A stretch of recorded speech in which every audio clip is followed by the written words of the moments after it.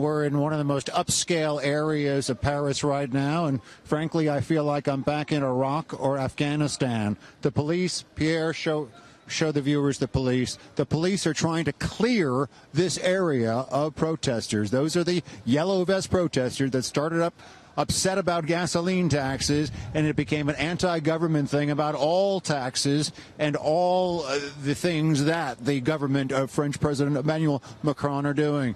You see the police coming to us now. It's really kind of like a guerrilla war action as we speak. They're trying to ferret out the last patches, the last places where these protesters have sequestered themselves. In this area, it's the 16th arrondissement of Paris. One person died, 30 people were killed, were injured, and overall in Paris, something like 700 arrested. This has been quite a day, Dagan.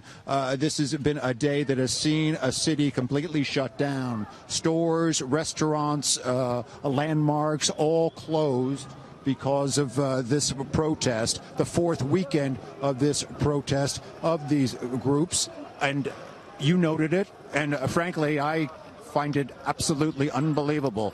Not a word from French President Emmanuel Macron.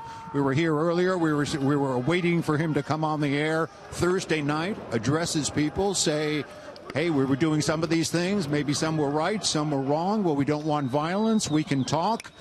Not a word. His prime minister came out, and it's believed that the prime minister will be axed, as well as other cabinet ministers, in a sop to the protesters. But again, as we stand here right now, we are fighting for territory. France is trying to regain control of a neighborhood, an upscale neighborhood in the heart of Paris. Hard to believe, Dagan. Greg, really quickly, who are these protesters? Are they indeed the yellow vests, people who live in the rural parts of France who are upset about a fuel tax increase that's no longer going to be put into place? Who are these individuals?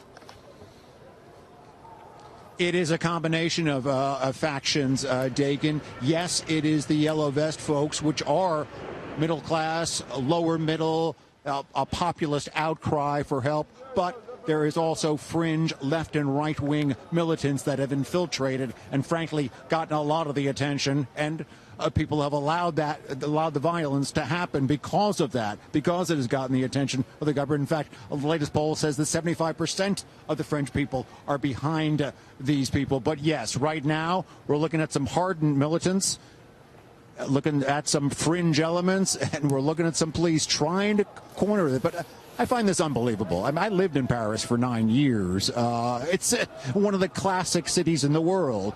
And right now, at this very moment, this neighborhood in the heart of the city is out of control. Hard to believe.